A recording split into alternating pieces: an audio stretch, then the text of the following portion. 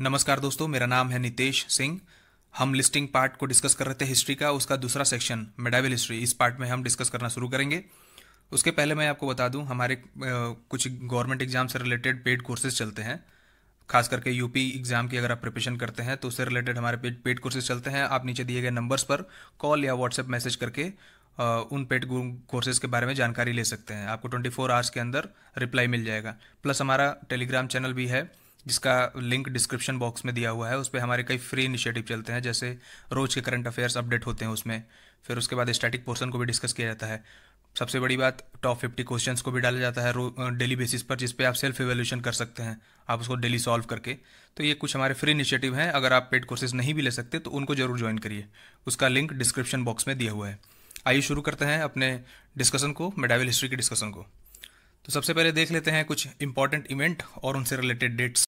हज़रत मोहम्मद का जन्म हुआ था 1570 में और इनकी मृत्यु हुई थी 632 एडी में। हज़रत मोहम्मद को इस्लाम का फाउंडर माना जाता है। इनका जन्म हुआ था मक्का में और इनकी मृत्यु हुई थी मदीना में। देखिए, दो इम्पॉर्टेंट साइट्स हैं जो इस्लाम रिलीजन के लिए बहुत ही सिग्निफिकेंट हैं। एक मक्का है और दूसरा मदीना है। मक्का में इनका जन्म हुआ था, इसलिए वो फेमस है। वहाँ पे मक्का मस्जिद भी है और मुझे लगता है कि दुनिया का सबसे बड़ा इस्लामिक रिलीजियस प्लेस है वो। फिर उसके बाद इनकी मृत्यु हुई थी तो इनका मकबरा जो है, मसोलियन जो है, वो मदीना में मिलता है। तो कुछ विद्रोह हो गए थे जब ये मुस्लिम धर्म का प्रचार करना शुरू किए थे, तो उसके बाद ये अपनी कम्युनिटी के साथ, कुछ इनके फॉलोअर्स थे उनके साथ, वो मदीनाबाद में चले गए थे और वहीं पे अपना जीवन काल बिताया। और 632 एडी में इनकी मृत्यु हुई थी। फिर first Muslim invasion in India हुआ था 711-712 एडी में। और पहला मुस्लिम इन्वेजन किया था किसने? पहला मुस्लिम इन्वेजन किया था मोहम्मद कासिम ने। और किसको हराया था उसने? उसने हराया था जो हमारे सिंध के राजा थे दाहिर, उसको हराया था। और एक इम्पॉर्टेंट फैक्ट मैं बताऊं तो वो केवल 17 साल का था उस वक्त, जिस वक्त उसने आक्रमण किया था, और उसी वक्त उसने राजा दाहिर को हराया था।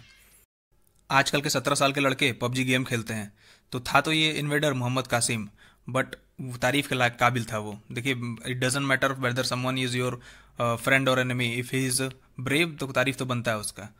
फिर नेक्स्ट देखते हैं मोहम्मद गजनवी। इसका कोरोनेशन हुआ था, रूलर बना था ये 1998 में।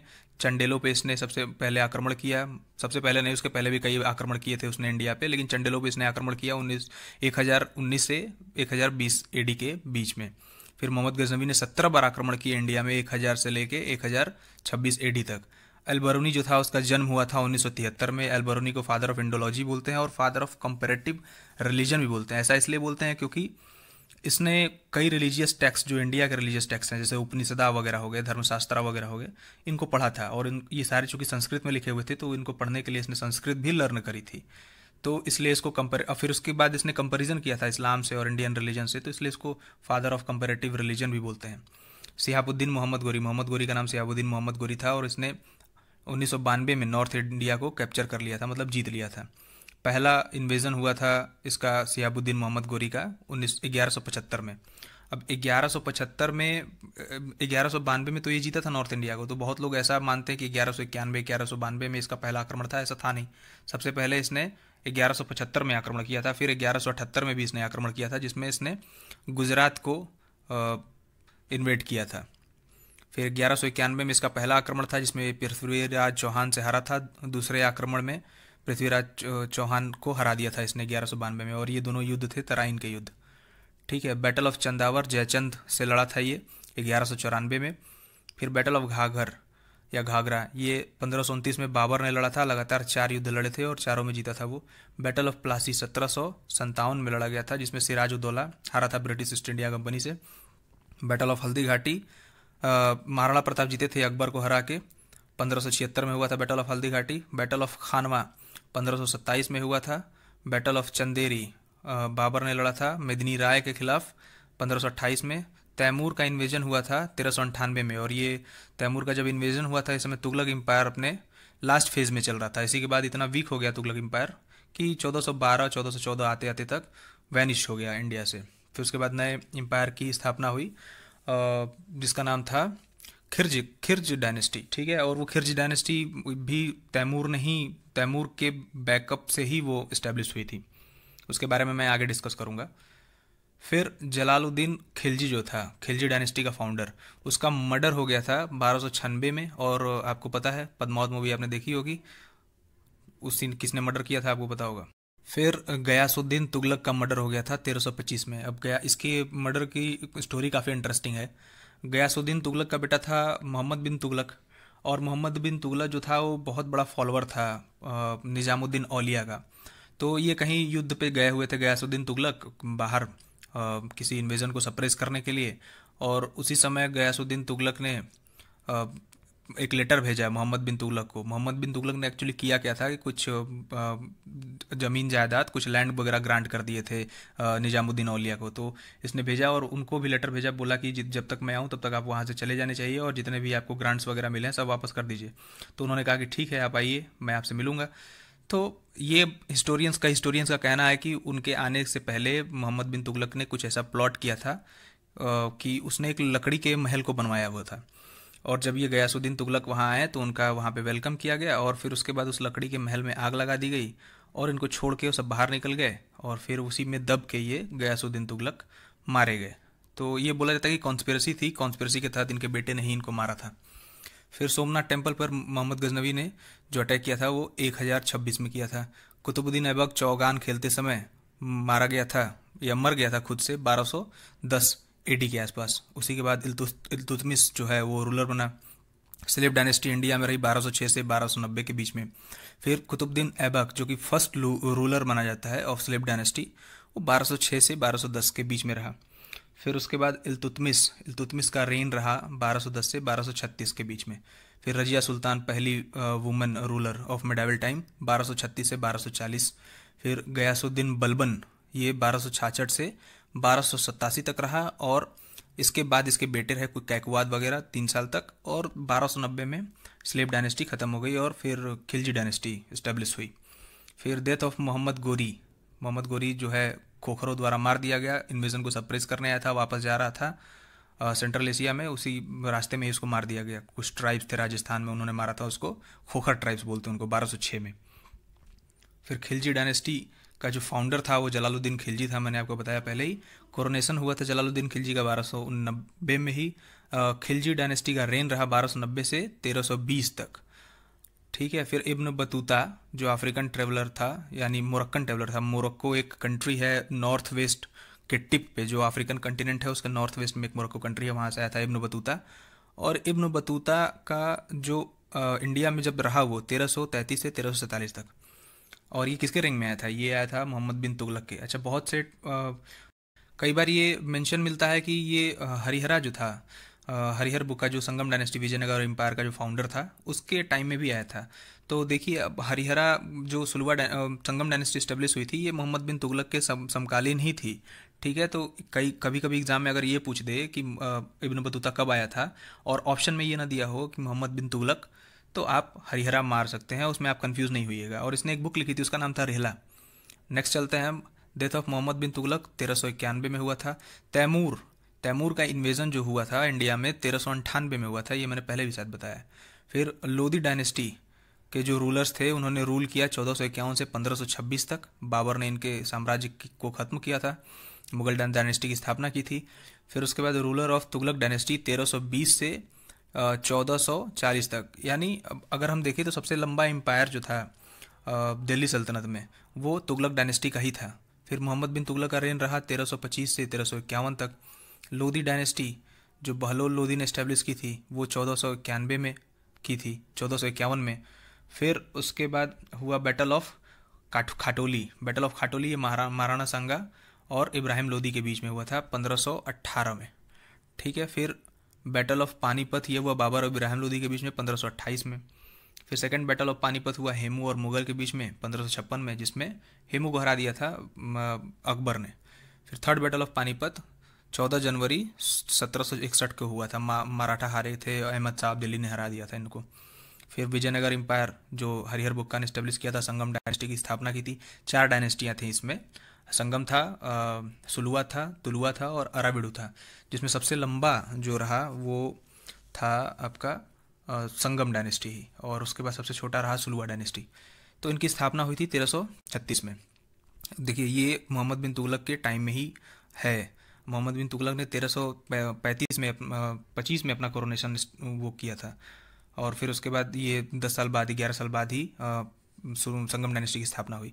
बैटल ऑफ तालीकोट या बैटल ऑफ राक्षसा तांगड़ी बोलते हैं, विजयनगर एम्पायर यहीं से विघटित होना शुरू हो गया था, टूटना शुरू हो गया था, जिसमें दक्कन एम्पायर्स जो थे साथ में मिलकर विजयनगर एम्पायर को हराया था इन्होंने।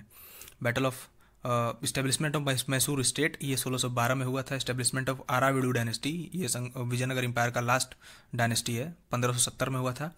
कृष्णदेव राय, ये तुलुवा डायनेस्टी से थे, 1509 में इनका राज्याभिषेक हुआ। और फिर अलाउद्दीन खिलजी, ये 1296 से 1316 तक रहा। हिस्टोरियंस का कहना होता है, कई बुक्स में ऐसा मिलता है कि इसका जो 1000 दिनारी स्लेब था उसने ही इसको मरा दिया था। फिर शेर शाह सूरी, इसका रेन रहा 1540 से 1545 में दिल्ली में, ठीक है। इसने हुमायूं को जो हराया था उसके बाद 15 साल तक इसने रूल किया। बैटल ऑफ सैमुअल भी लड़ा था अपने आप को कंसोलिडेट करने के लिए दिल्ली में। फिर रिंग ऑफ अकबर 1556 से 1605 तक रहा ये। फिर battle of first promoter of Ramanand भक्ति मूवमेंट। तो रामानंद भक्ति मूवमेंट जो नॉर्थ इंडिया में आया, वो आया था 1299 में। अब आपको पता है भक्ति मूवमेंट जो शुरुआत हुई उसकी साउथ इंडिया में हुई, और उसको नॉर्थ इंडिया में लाने वाले रामानंद जी थे यही। और एक आप उससे कंफ्यूज मत होइएगा, रामानुजन जी की स्टैचू बनाया गया है, रामानुजन जी का स्टैचू बनाया गया, वो भी भक्ति मूवमेंट संत थे, और उनका स्टैचू हैदराबाद में बनाया गया। तो रामानंद को रामानुजन से कंफ्यूज नहीं करिएगा। बर्थ ऑफ मलुक दास का जन्म हुआ था 1574 में। गुरु घासीदास, ये छत्तीसगढ़ से बिलोंग करते थे, ये भी सेंट थे, सतनामी सेंट थे, और सतनामी रिलीजन की स्थापना की थी, सतनामी सेक्ट की स्थापना की थी, रिलीजन नहीं है वो, सेक्ट है। तो उसकी स्थापना की थी इन्होंने। इनका जन्म हुआ था 1756 में। गुरु नानक देव, अब देखिए गुरु घासीदास, गुरु नानक देव, कबीर दास, मीराबाई, ये सब समकालीन थे एक दूसरे के। तो गुरु नानक देव का भी जन्म हुआ था 1469 में। मीराबाई का जन्म हुआ था 1498 में। नामदेव का जन्म हुआ था 1270 में। नामदेव महाराष्ट्रन भक्ति मूवमेंट संत थे। और संत तुकाराम, ये भी महाराष्ट्र से ही थे, 1608 में इनका जन्म हुआ था। निजामुद्दीन औलिया 1325 में ये मारा गया। इसके बाद जब इनका डेथ हुआ उसी समय ही मोहम्मद बिन तुगलक का एसेसन हुआ था थ्रोन पे। फिर life span of Kabir Das, ये 1398 से 1518 तक रहे। गुरु नानक दास का जीवन काल 1469 से लेकर 1539 तक चला। मीराबाई का लाइफ स्पैन 1498 से 1557 तक चला। चैतन्य गुरु जो थे ये वेस्ट बंगाल से थे, भक्ति मूवमेंट सेंट थे, और ये इनका जन्म था, मतलब जन्म काल चला, जीवन काल 1486 से 1534 तक। फिर बाबर का जो जन्म हुआ था, बाबर का जन्म हुआ था 1483 में, और 12 साल की एज में ही इसने अपना राज्याभिषेक करा लिया था। Babar accession to the throne, ये देखिए यहाँ पे है ना, 1495, 12 साल का था ये उस वक्त। हुमायूं का जन्म हुआ था 1508 में, और हुमायूं का first attack on fort of Chunar में इसने अटैक किया था। ये मिर्ज़ापुर में पड़ता है चुनार, एक फोर्ट, 1532 में। बैटल ऑफ चौसा 26 जून 1539 में हुआ था।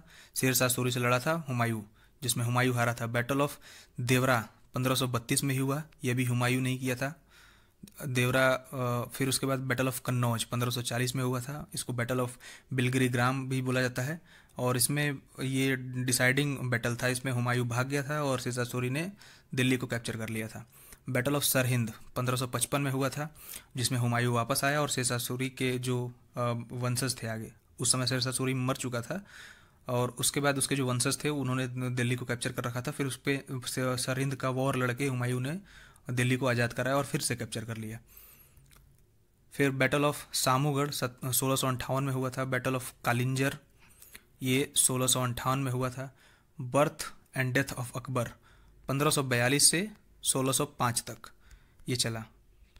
फिर अकबर का कोरोनेशन जो हुआ था 1556 में ही हुआ था। बर्थ ऑफ शाहजहां जो हुआ था 1552 में हुआ था, 1592 में हुआ था। औरंगजेब का कोरोनेशन, पहला कोरोनेशन उसने कराया था 1658 में, और दूसरा कोरोनेशन कराया था उसने औरंगाबाद में 1659 में, ठीक है। फिर बैटल ऑफ धर्मट, जिसमें दारा सिकों को उसने हराया था औरंगजेब ने ही, ये 1658 में हुआ था। फिर बैटल ऑफ पुरंदर ये मराठास और मुगल एम्पायर के बीच में लड़ा गया था 1665 में, ठीक है। फिर टोबैको लाया गया इंडिया में पुर्तगीज़ द्वारा 1605 में। टोबैको लाया गया 1605 में पुर्तगीज़ द्वारा नील की खेती, जो इंडिगो लाया गया वो फ्रेंच के द्वारा लाया गया। और उसके बाद टी कल्टीवेशन वो ब्रिटिशर्स लेके आए थे इंडिया में। ब्रिटिशर्स एक्चुअली चाइना से उनको लत लगी थी, टी के काफ़ी फाउंड थे वो, मतलब टी उनको काफ़ी पसंद थी, तो चाइना से लत लगी, चाइना से इंपोर्ट करते थे वो। तो उन्होंने सोचा कि इंपोर्ट कॉस्ट बहुत ज़्यादा हो जाता तो इंडिया में ही कल्टीवेशन स्टार्ट किया जाता, तो उन्होंने इंडिया में ही कल्टीवेशन इसको स्टार्ट किया था टी का। हालांकि टी का जन्म तो चाइना में ही हुआ है। फिर जहांगीर का जो रेन था वो 1605 से 1628 तक था। मोहम्मद शाह का रेंज जो था 1719 से 1748 तक था। फिर उसके बाद बहादुर शाह जफर सेकंड, ये 1837 से 1857 तक था। इसके बाद 1857 का विद्रोह हुआ, इनको रंगून भेज दिया गया, वहीं पे इनकी मृत्यु हुई 2 साल 3 साल बाद। फिर गुरु गोविंद सिंह जो 10वें सिख गुरु थे, इनका जन्म हुआ 1666 में और इनकी मृत्यु हुई 1708 में। और इनके पिताजी जो थे, इनका जन्म पटना में हुआ था और पटना साहिब वहीं पे गुरुद्वारा है इनके नाम पे। और इनके पिताजी जो थे उनका नाम था गुरु तेग बहादुर, जिसको औरंगजेब ने मरवा दिया था, उनका सर कटवा दिया था। Birth and death of Shivaji 1627 से 1680 तक।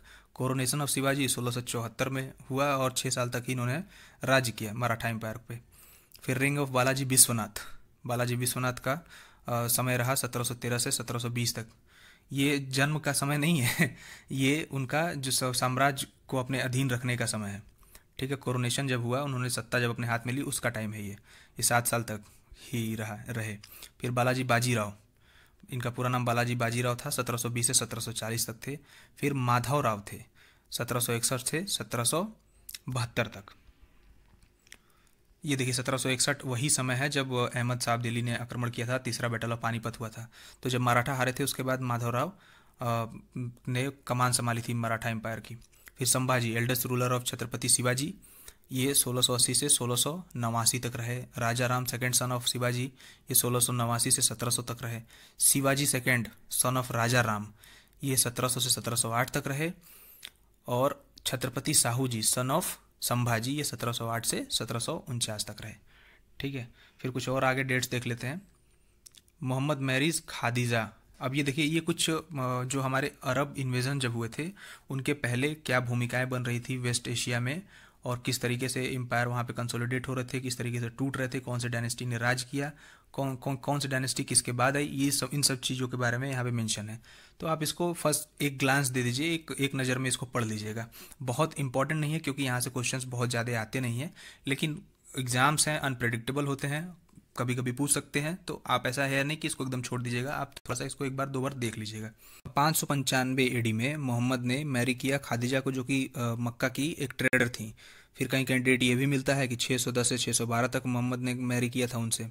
फिर 621 में first agreement at Aqaba with Medinan converts थे वहाँ पे, उनका एग्रीमेंट हुआ अकाबा में। 622 में migrant from Mecca to Medina, मैंने बताया था कि हज़रत मोहम्मद माइग्रेशन हुआ मक्का से मदीना, ये 622 के आसपास हुआ था। फिर यहाँ पे जो अरब ट्राइब्स थे जो मदीना में रह रहे थे, अंसार, उन्होंने शेल्टर दिया मक्कन ट्राइब्स को, जो जिनको बोला जाता था मुजाहिर, मतलब अंसार ने एकोमोडेशन दिया, शेल्टर दिया मुजाहिर्स को।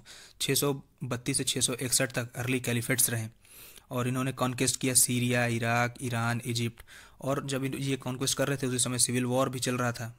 ये हालांकि ये जो क्वेश्चन चल रहा था, ये जो एम्पायर्स को कब्जे में ले रहे थे लोग, ये कैलिफ्ट्स जो थे, इन्हीं झगड़े की वजह से, इन्हीं कॉन्फ्लिक्ट्स की वजह से सिविल वॉर राइज हो चुका था। 661 से 750 तक उमैयाद रूलर्स रहे, इन्होंने दमास्कस को अपना कैपिटल बनाया। दमास्कस अभी प्रेजेंट में कैपिटल है सीरिया का। 650 से 945 तक अब्बासिद रूलर रहे और इन्होंने बगदाद को अपना कैपिटल बनाया। बगदाद इराक में है, ठीक है। फिर 945 में बुइद्स ने कैप्चर किया बगदाद को और यहाँ पे लिटरेरी और कल्चरल इफ्लोरेसेंस भी हुए, ठीक। फिर 1062 से 1092 तक रूल ऑफ निज़ामुल मुल्क हुआ। फिर पावर ऑफ सल्जुक वजीर who established a string of मदरसाज called Nizamia. फिर उसके बाद 1095 से 1291 तक क्रूसेड चला और कांटेक्ट हुआ मुस्लिम और क्रिश्चियंस का। क्रूसेड क्या होता है, अब एग्जांपल अगर मैं देके बताऊं तो जैसे अफगानिस्तान में जब तालिबान ने कैप्चर किया था, आपने वो सीन देखा था कि एयरपोर्ट के बाहर मिलियंस ऑफ पीपल्स की भीड़ थी। एयरपोर्ट कैंपस के बाहर इतनी भीड़ की पैर रखने की जगह नहीं थी। बच्चों को फेंस्ड वायर वॉल से, ऐसी वॉल जिन पे वायर फेंस थे, उसके ऊपर से फेंका जा रहा था और ये भी न्यूज़ सुनी होगी आपने कि हवाई जहाज़ जब चलने लगा तो उसके ऊपर कुछ लटक लटक के लोग चढ़ने लगे और फिर उन गिरने के बाद उनकी मृत्यु हुई। तो यही चीज़ें हुई 1095 से लेके 1291 तक, और मुस्लिम और क्रिश्चियंस के बीच में कंटेक्ट बढ़ा था उस वक्त। 1111 में गाजिल का डेथ हो गया। ये एक ईरानियन स्कॉलर थे जो रेसलरिज्म पे विश्वास करते थे।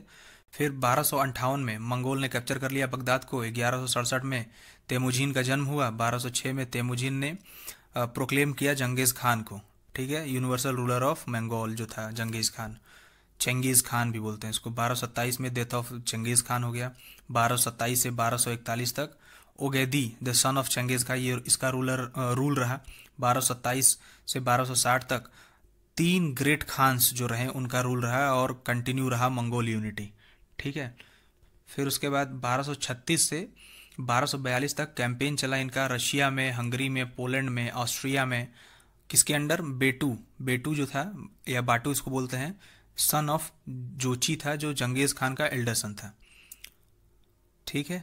चंगेज़ खान का एल्डर सन जिसका नाम था जोची, उसका सन था बेटू, और इसके शासनकाल में कैंपेन चलाया गया मंगोल एम्पायर को बढ़ाने के लिए रशिया वगैरह, रशिया, हंगरी, पोलैंड, ऑस्ट्रिया में। 1286 से 1249 तक गुयूक रहा, सन ऑफ ओगोदेई। फिर 1251 से 1260 तक मोंके रहा, son of Genghis Khan, youngest son Tolui. फिर 1258 तक कैप्चर हो गया बगदाद का, एंड हो गया अब्बासिद कैलिफेट। और फिर उसके बाद इस्टेब्लिशमेंट हुआ खानिद स्टेट का, second Khanid state of Iran under Hulagu जो कि यंगर ब्रदर था ऑफ मोंके।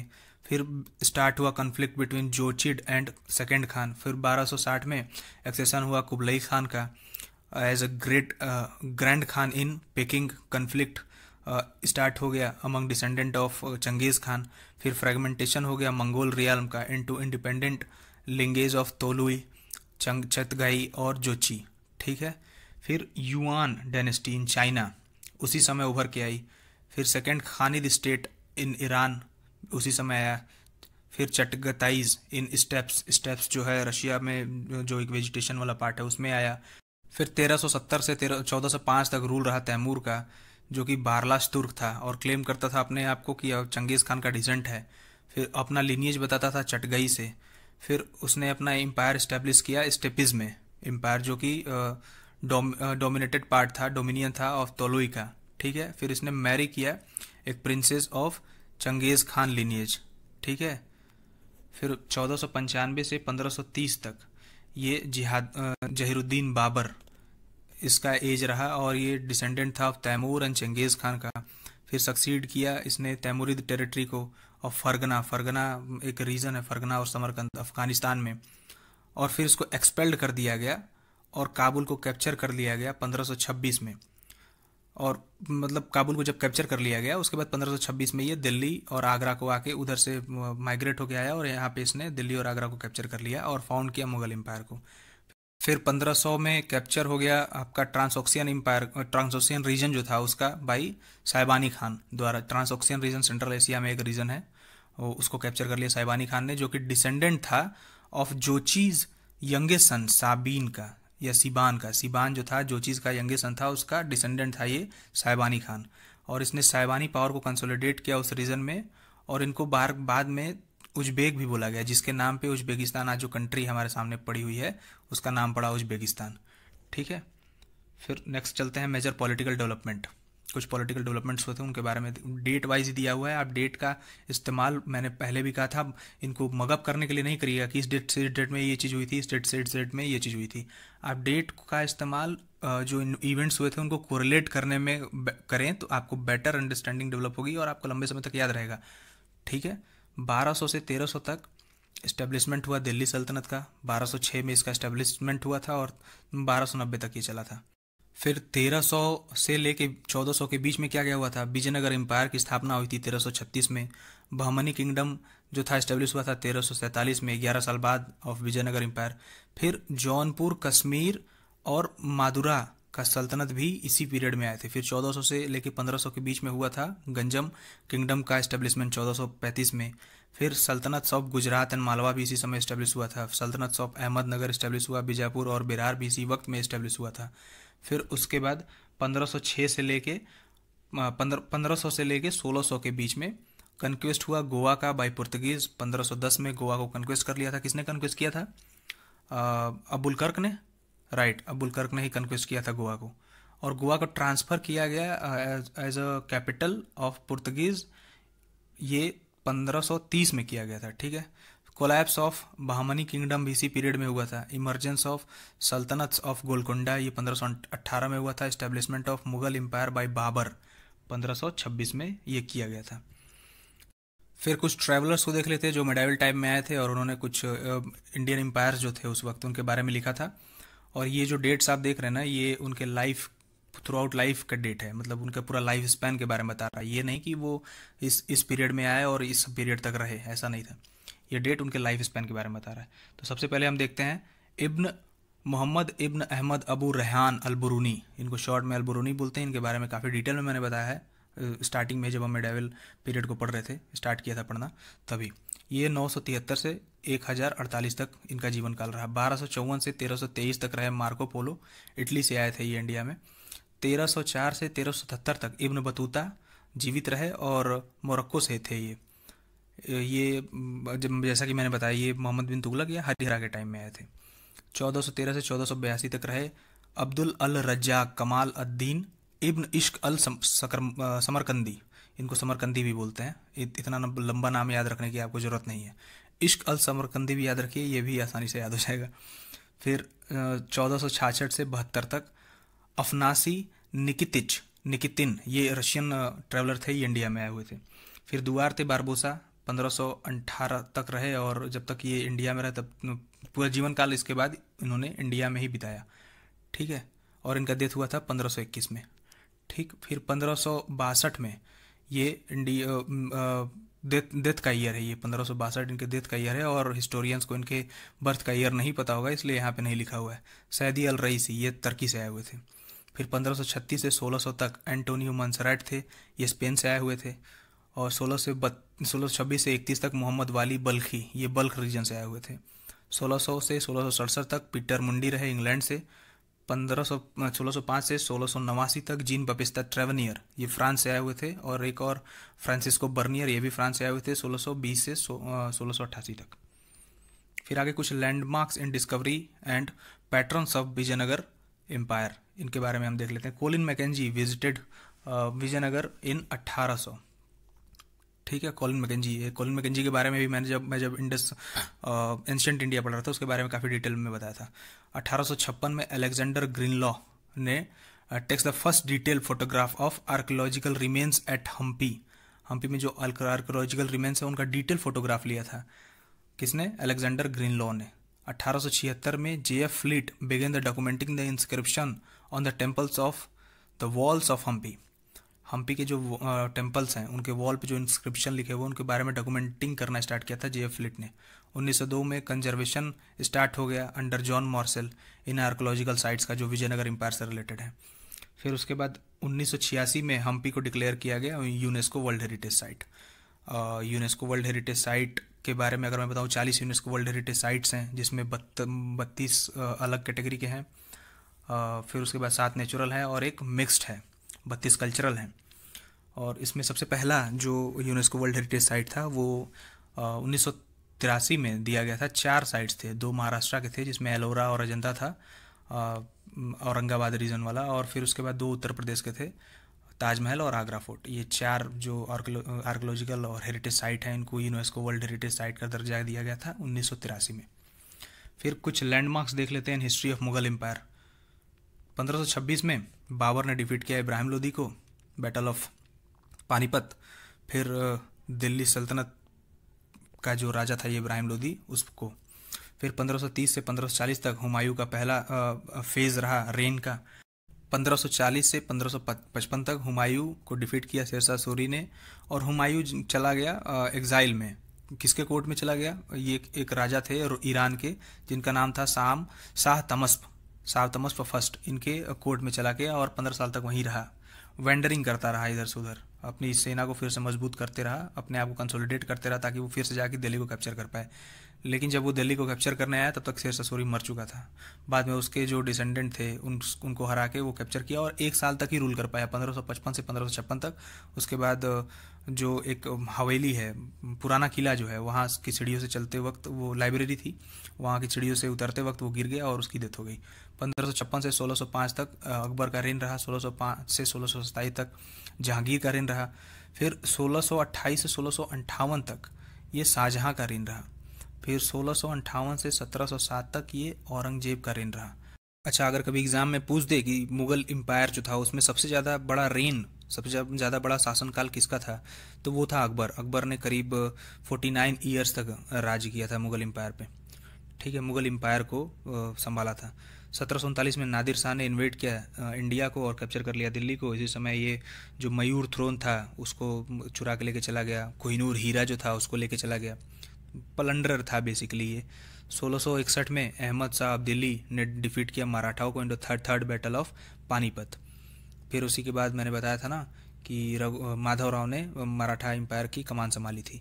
1765 में दीवानी राइट यानी रेवेन्यू एडमिनिस्ट्रेशन जो बंगाल का था वो चला गया ब्रिटिश ईस्ट इंडिया कंपनी को। 1857 में लास्ट मुगल रूलर जो था बहादुर शाह जफर, इसको डिस्ट्रॉय कर दिया ब्रिटिशर्स ने, इसको भेज दिया रंगून में और 2-3 साल बाद इसकी डेथ हो गई। रंगून कहाँ है? ये म्यांमार में है, प्रेजेंट डे यंगून बोलते हैं, इसका नाम बदल गया है। फिर कुछ मेजर मुगल क्रॉनिकल्स और मेमोआर्स देख लेते हैं। तो 1530 में सबसे पहले लिखा था मुगल मेमोआर में बाबर ने अपने मेमोआर के, अपने ऑटोबायोग्राफी को लिखा था बेसिकली। तुजुक बाबरी नाम था इसका, और इसका अनुवाद हुआ था पर्सियन में बाद में मुगल काल में। मुगल काल में मतलब अकबर के काल में। और इसका अनुवाद किया था, इसमें शायद नहीं लिखा हुआ है कहीं, उसको किया था अब्दुल रहीम खाने खाना ने, और बाद में उसका नाम दिया था बाबरनामा। ठीक है, फिर 1587 में गुलबदन बेगम ने, जो कि हुमायूं की वाइफ थी, इन्होंने लिखा था हुमायूंनामा। 1589 में बाबर का मेमोआर ओरिजिनली जो रिटर्न किया गया था तर्किश में, इसको ट्रांसलेट किया गया पर्सियन में। मैंने बताया अब्दुल रहीम खाने खाना ने इसको ट्रांसलेट किया था। फिर 1589 से 1662 तक अब्बुल फजल ने लिखा अकबरनामा। फिर 1605 से 1622 तक जहांगीर ने अपना मेमोआर खुद लिखा, जहांगीरनामा। देखिए, मुगल एम्पायर में 2 ही ऐसे राजा थे जिन्होंने अपना ऑटोबायोग्राफी खुद लिखी, एक बाबर और एक जहांगीर। ठीक है, फिर 1639 से 1647 तक लाहौरी जो थे, इन्होंने बादशाहनामा लिखी और ये पूरा इन्होंने इसमें बताया शाहजहाँ को, मतलब शाहजहाँ से रिलेटेड है ये बादशाहनामा। 1650 में मोहम्मद वॉरिस ने क्रॉनिकल्स लिखे और थर्ड डिकेड ऑफ शाहजहाँ। ठीक है, ये भी शाहजहाँ से ही रिलेटेड है। 1668 में आलमगीर नामा लिखा गया, a history of the first 10 years of Aurangzeb. ठीक है, किसके द्वारा लिखा गया था? मोहम्मद खाजिम के द्वारा। तो मोहम्मद खाजिम ने औरंगजेब के बारे में बताया है आलमगीर नामा में। आलमगीर नाम था औरंगजेब का ही।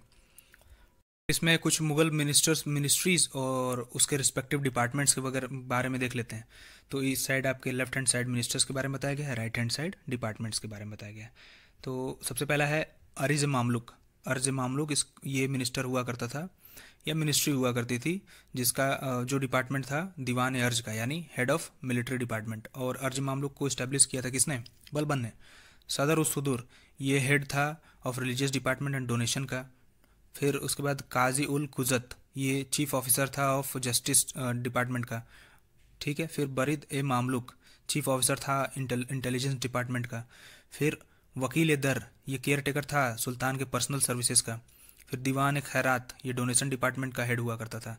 फिर दीवान बंदगन ये स्लेब डिपार्टमेंट का हेड हुआ करता था, फिरोज शाह तुगलक ने इसको इस्टेब्लिश किया था। दीवान इश्तिका ये पेंशन डिपार्टमेंट का, इसको भी फिरोज शाह तुगलक ने इस्टेब्लिश किया था। वजीर प्राइम मिनिस्टर हुआ करता था जिसको बोलते थे, और ये चीफ रेवेन्यू डिपार्टमेंट का भी हेड हुआ करता था। फिर mushrif a Mamluk accountant of income received from provinces and other department and expenditure, उसका हेड हुआ करता था। अकाउंटेंट जनरल बेसिकली अगर हम बोले तो इसको कह सकते हैं मुशरिफ ए मामलुक को।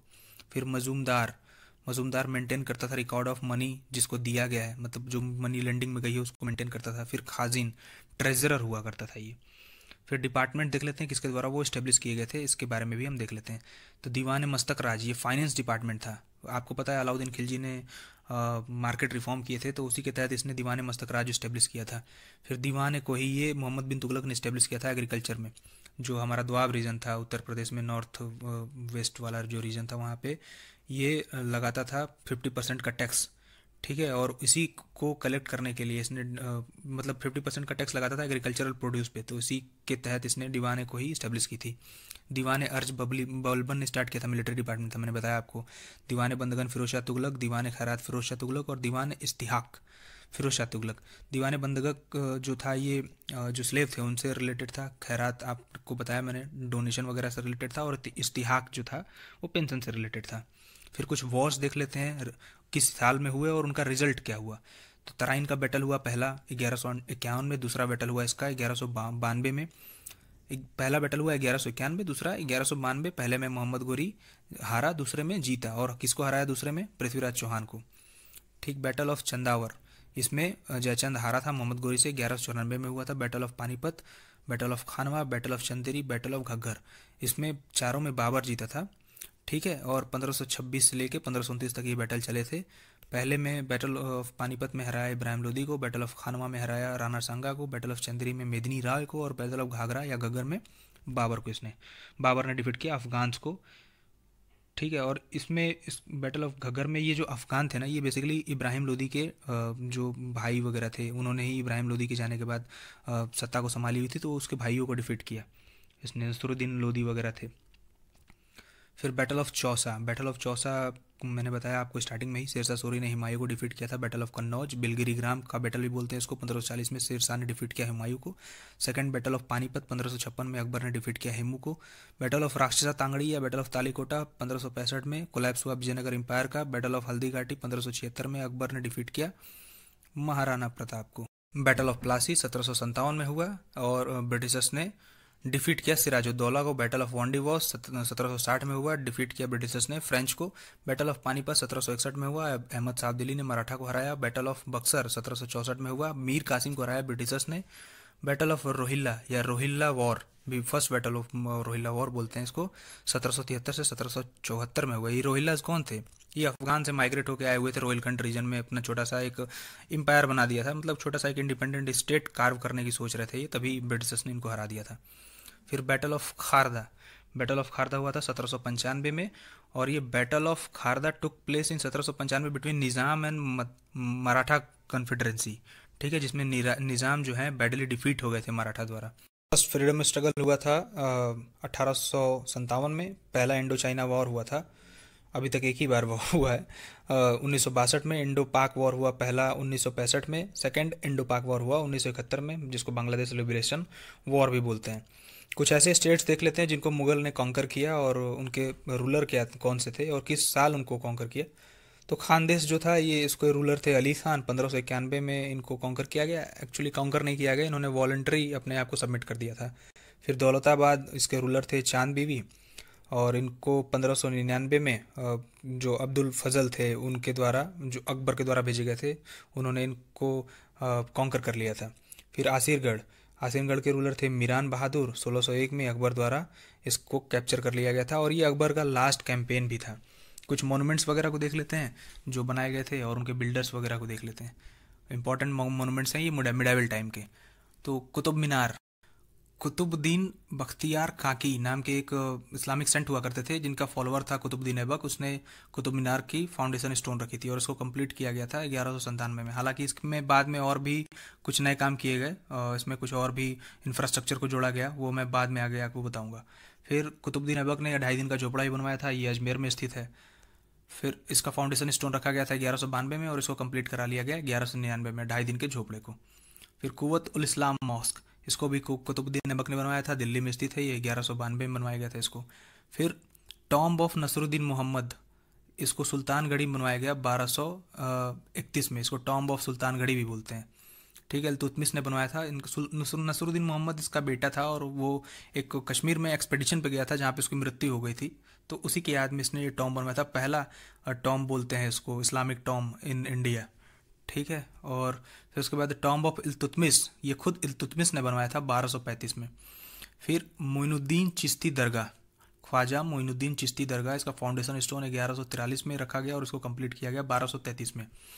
फिर उसके बाद जामा मस्जिद ऑफ बदायूं, इसका फाउंडेशन स्टोन 1210 में रखा गया, इसको कंप्लीट किया गया 1223 में, इल्तुतमिश नहीं बनवाया था इसको।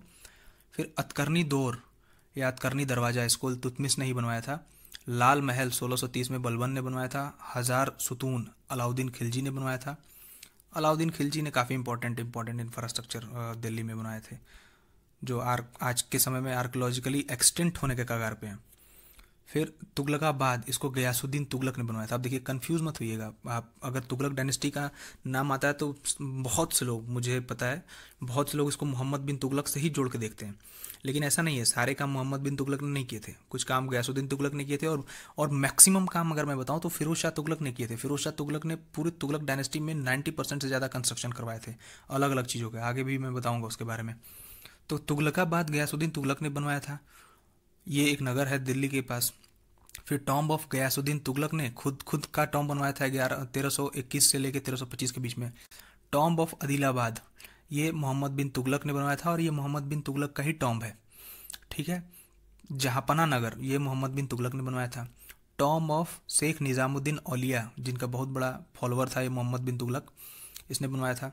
फिरोज शाह तुगलक का टॉम्ब फिरोज शाह तुगलक ने खुद का बनवाया था। फिरोज शाह टॉम्ब, ये खान जहां जुहान शाह ने बनवाया था, ठीक है। दो टॉम्ब है फिरोज शाह तुगलक के बेसिकली। एक टॉम्ब जो कि फिरोज शाह तुगलक ने खुद के लिए बनवाया था, जिसको फिरोज शाह तुगलक टॉम्ब से के नाम से जानते हैं, और एक फिरोज शाह टॉम्ब है जो खान जुहान शाह ने बनाया था, खान जहां जुहान शाह। फिर काली मस्जिद को भी खान जहां जुहान शाह ने बनवाया था, ये सब दिल्ली में ही है। फिर खिड़की मस्जिद खान जहां जुहान शाह ने ही बनवाया था। फिर टॉम्ब ऑफ बहलोल लोदी, ये दिल्ली में है, लोदी एम्पायर का फाउंडर है ये बहलोल लोदी। टॉम्ब ऑफ सिकंदर शाह, ये इब्राहिम लोदी ने बनवाया था, सिकंदर शाह लोदी का टॉम्ब जो है इब्राहिम लोदी ने बनवाया था। फिर मौत की मस्जिद नहीं, मौत की मस्जिद 1505 में वजीर मियाँ भुइया ने बनवाया था। जामा मस्जिद शाहजहां ने बनवाया था। फिर गोल गुंबज को बनवाया गया था 1656 में, और गोल गुंबज को बनवाया था मोहम्मद आदिल शाह ने, जो कि फाउंडर था बीजापुर एम्पायर का, सुल्तान भी रहा, मतलब फाउंडर था तो ऑफकोर्स सुल्तान तो रहेगा ही। फिर इसको डिज़ाइन किया गया था याकुत ऑफ दाबुल के द्वारा, ठीक है। फिर जहाज महल 1500 में बनवाया गया सुल्तान गयासुद्दीन खिजली के द्वारा। गोविंद टेम्पल मान सिंह ने बनवाया था, मान सिंह कमांडर थे मुगल एम्पायर के अंडर। इनके बारे में एक इम्पॉर्टेंट फैक्ट बताऊं, ये अजमेर के राजा थे, और इन्होंने अब एक ट्राइब थी, बिहार में एक ट्राइब थी, उसका नाम मुझे याद नहीं आ रहा, आप मुझे कमेंट बॉक्स में बताइए, उसको हराया था, और फिर बिहार के उस पार्ट को मुगल एम्पायर के अंदर लेके आए थे वो। फिर कुछ मेजर फॉरेन ट्रेवलर्स देख लेते हैं जो इंडिया में आए, उनकी टाइमिंग क्या थी और किस कंट्री से वो बिलोंग करते थे, और उनका जो फीचर्स था, ट्रेवलॉग था जो उन्होंने लिखा था वो क्या था। तो इब्न बतूता, ये मोरक्को था, 14 सेंचुरी में आया था, और ये मोहम्मद बिन तुगलक के टाइम में आया था, ठीक है। फिर he was sent as a envoy to China, फिर यहाँ से उसको इन्वॉय बना के चाइना भी भेजा गया। इसकी किताब थी, इसका नाम था रेहला। मेगास्थनीज, ये ग्रीक एम्बेसडर था, ठीक है, ये चंद्रगुप्त मौर्य के टाइम में आया था, और ये पहला फॉरेन ट्रेवलर बताया जाता है जो इंडिया को विजिट हुआ, ठीक है। इसकी बुक का नाम था इंडिका। फिर निकोल डे कॉन्टी भी बोलते हैं इसको, या निकोल कॉन्टी आप बोल सकते हैं। ये इटली से आया हुआ था 15 सेंचुरी में, और ये देवराय फर्स्ट के टाइम में आया था, Devaraya first of Saluva dynasty या संगम डायनेस्टी, ठीक है। संगम डायनेस्टी में देवराय फर्स्ट और देवराय सेकंड हुए, और कृष्ण देवराय जो हुए वो तुलुवा डायनेस्टी में, जो तीसरा डायनेस्टी था विजयनगर एम्पायर का, उसमें कृष्ण देवराय हुए। तो निकोल दे कॉन्टी ये संगम डायनेस्टी के कृष्ण देवराय फर्स्ट में आया था। मार्को पोलो इटली से आया था 13 सेंचुरी में, और इसको कहा जाता है Prince of medieval travellers. Marco Polo को प्रिंस ऑफ मेडाइवल ट्रेवलर्स कहा जाता है। हान सेंग, ठीक है, ये चाइना से आया हुआ था, और इसके ट्रेवलॉग का नाम है CUQ, इसके ट्रेवलर्स का नाम है, मतलब जो इसने बुक लिखी है उसका नाम है, ठीक है। फिर ये 7th सेंचुरी में आया during the rain of Harshavardhana, और ये स्टडी किया इसने नालंदा यूनिवर्सिटी में, ठीक है। इसको कहा जाता है Prince of pilgrims and the present Shakya मुनि। इसका कंपैरिजन शाक्य मुनि से किया जाता है, और प्रिंस ऑफ पिलग्रिमेज भी कहा जाता है। अब देखिए यहाँ पे Prince of medieval traveller Marco Polo को कहा जाता है, और लेकिन प्रिंस ऑफ पिलग्रिमेज ये हानसेंग को किया जाता है, मतलब बोला जाता है। फायान जो ये चाइनीज ट्रेवलर था, ये चंद्रगुप्त सेकंड के समय आया था, गुप्ता एम्पायर का चंद्रगुप्त सेकंड, और ये फर्स्ट चाइनीज ट्रेवलर था जो इंडिया को ट्रेवल किया था, ये फर्स्ट चाइनीज ट्रेवलर था। पहला ट्रेवलर कौन था? पहला ट्रेवलर था मेगास्थनीज, कहाँ गया? ये रहा मेगास्थनीज, पहला ट्रेवलर, ठीक है। ये इंडिया का ऑल टुगेदर पहला ट्रेवलर था, लेकिन पहला चाइनीज ट्रेवलर जो था वो फायन था, ठीक। फिर दमास्कस, ये सीरिया से आया हुआ था, और he was sent by Syrian ruler Antiochus first as an ambassador to Bindusara, ये बिंदुसार के कोर्ट में आया हुआ था, और सीरियन रूलर एंटिकस के द्वारा भेजा गया था। ठीक है। आईटी सिंह, इसको मैं इट सिंह पढ़ सकते हैं आप, लेकिन इसको मैं आईटी सिंह पढ़ता हूँ, मुझे याद करने में आसानी होती है। तो ये चाइनीज़ रूलर था, मतलब चाइनीज़ ट्रेवलर था, और ये 7th सेंचुरी में आया था। इसने भी नालंदा यूनिवर्सिटी में पढ़ाई की थी। हेकाटकस या हेकाटस, ये ग्रीस से आया हुआ था 6th सेंचुरी में। ये फादर ऑफ ज्योग्राफी बोलते हैं इसको। Herodotus, father of history, 5th century में आया हुआ था, ग्रीस से आया हुआ था। नियारकोस, ग्रीस से आया हुआ था 4th सेंचुरी में। ही केम अलोंग एलेक्जेंडर, एलेक्जेंडर के साथ ही आया हुआ था। स्काइलेक्स, ये ईरान से आया हुआ था 6th सेंचुरी में, और ये फर्स्ट फॉरेन नरेटर था। फिर एरिस्टोबुलस, ये ग्रीक से आया हुआ था, ग्रीस भी बोलते हैं उसको, ग्रीक सिविलाइजेशन थी वहाँ पे। और ही केम अलोंग विथ अलेक्जेंडर, तो अलेक्जेंडर के साथ 3 आए हुए थे। देखिए, एक ये नियार्कस, फिर एरिस्टोबुलस, और ये तीसरा ओनेसिक्रेटस। ठीक है, ये भी ग्रीस से था, और ये अलेक्जेंडर के साथ आया था 4th सेंचुरी बीसी में। फिर डियोनिसस, डियोनिसस इजिप्ट से आया हुआ था, और ये during the reign of Bindusara and उसका जो बेटा था अशोक, उसके टाइम में आया हुआ था। फिर आर्याने स्ट्राबो एंड प्लिनी पेरिप्लस, ये जो आया हुआ था ग्रीस से, ये 1st सेंचुरी बीसी में आया हुआ था। सोंगयान आया हुआ था चाइना से 6th सेंचुरी बीसी में। कॉस्मोस आया हुआ था ग्रीस से 6th सेंचुरी बीसी में, और इसने लिखा था क्रिश्चियन टोपोग्राफी के बारे में। ठीक। फिर मतवालीन, ये चाइनीज ट्रेवलर था, 7th सेंचुरी बीसी में आया हुआ था। Narrator of initial victories of Harsha, Harsha की जो इनिशियल विक्ट्रीज थी उसके बारे में इसने लिखा था। फिर सुलेमान, ये पाला रूलर के समय में आया था। पाला रूलर कौन सा? ये धर्मपाला, और इसने धर्मपाला को कहा था रूमा। ठीक है, अरेबिक था ये। अल बलाधुरी, ये अभी अरेबिक था, 9th सेंचुरी में आया हुआ था। Al Baladhuri has mention Sindh maximum time, Sindh के बारे में इसने बहुत चर्चाएं की हैं। अल मसूदी, अल मसूदी ये प्रतिहारा किंग के समय आया था। मिहिर भोज जो था प्रतिहारा किंग, उसके समय में आया हुआ था, और मिहिर भोज को इसने बौरा कहा था। ठीक है, और राष्ट्रकूटा किंग भी उस समय हुआ करते थे। आपको पता ना, ट्राइपार्टाइट स्ट्रगल जो था कन्नौज के लिए, पाला, गुजर, प्रतिहारा और राष्ट्रकूटा के बीच में चलता था। तो राष्ट्रकूटा इंद जो है इंदिरा 3rd, इसको बल्लभ राज भी बोला है इसने।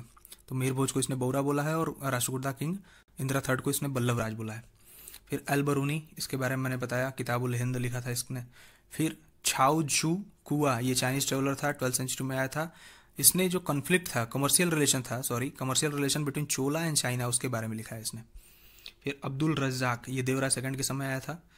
देवराय 1st के समय कौन आया था? निकोल दे कॉन्टी, और देवराय 2nd के समय अब्दुल रज्जाक, इरानियन था ये। ठीक है। फिर माहुयान ये 15th सेंचुरी चाइनीज ट्रेवलर था। फिर निकितिन, ये रशियन था, 15th सेंचुरी ये, और वीर नरसिम्हा के समय आया था, वीर नरसिम्हा और विजयनगर डायनेस्टी। फिर मर्दमा लुडविग डी, ये इटालियन था, और ये भी वीर नरसिम्हा के समय में आया हुआ था। फिर बारबोसा डोमिंगो पियाज, ये डोमिंगो पियाज भी बोलते हैं इसको, ये कृष्णदेवराय ऑफ टुलुआ डायनेस्टी के टाइम में आया हुआ था, 16th सेंचुरी में, ये पुर्तगीज था। फिर नूनीज, ये पुर्तगीज था, 16th सेंचुरी में आया था, ये अच्युतदेवराय के समय आया था, ये भी विजयनगर एम्पायर के ही रूलर थे। फिर फेडरिक सीजार, ये पुर्तगीज था, 16th सेंचुरी में आया हुआ था। विजयनगर एम्पायर का जो फॉल हुआ था उसके बारे में इसने मेंशन किया हुआ है। फिर ट्रेवनियर, ये फ्रांस से था। France traveller Tavernier begins his journey during the reign of Shahjahan. ठीक है, ट्रेवनियर शाहजहां के रेन में आया था, और इसने डिस्क्राइब किया है अपनी जर्नी एक किताब में जिसका नाम है travel in India, travels in India. फिर मानुसी, मानुसी इटालियन था, और ये इसका पूरा नाम निकोलाओ मानुसी था, और wrote a memoir about Indian subcontinent during the Mughal era। ठीक, और ये his records have been a source of history about Shahjahan, Aurangzeb, Chhatrapati Shivaji, Dara Shikoh, Shah Alam and Raja Jaisingh, Kirtar Singh. इनके बारे में इसने निकोलाओ मुनासी ने लिखा हुआ है। फिर कुछ स्टेट्स देख लेते हैं, उनके फाउंडर देख लेते हैं, फाउंडिंग ईयर देख लेते हैं, और वो किस डायनेस्टी से रिलेटेड थे, और मुगल एम्पायर में कब इंक्लूड हो गए, ये भी जान लेते हैं। तो बीजापुर के बारे में मैंने बताया था, यूसुफ आदिल शाह, इसने फाउंड किया था बीजापुर को 1489 में। आदिल शाही डायनेस्टी के नाम से भी इसको जाना जाता है, और 1686 में औरंगजेब ने इसको इंक्लूड कर लिया था, हड़प लिया था या कैप्चर कर लिया था। अहमदनगर, मलिक अहमद ने फाउंड किया था इसको 1490 में। निजाम शाही डायनेस्टी इसको बोलते हैं। 1633 में शाहजहां ने इसको कैप्चर कर लिया था। बेरार को इस्टेब्लिश किया था फतह उल्लाह इमाद शाह ने 1490 में। इमाद शाही डायनेस्टी भी इसको बोलते हैं। 1595 में अकबर ने इसको कैप्चर कर लिया था। गोलकुंडा को इस्टेब्लिश किया था कुतुब शाह ने 1518 में, कुतुब शाही डायनेस्टी भी इसको बोलते हैं। गोलकुंडा फोर्ट आपको पता है तेलंगाना में होगा, तेलंगाना में है। 1687 में औरंगजेब ने इसको कैप्चर कर लिया था। फिर बिदार, बिदार को अमीर अली बरीद ने इस्टेब्लिश किया था और 1527 में इसको बिदार शाही डायनेस्टी भी बोलते थे।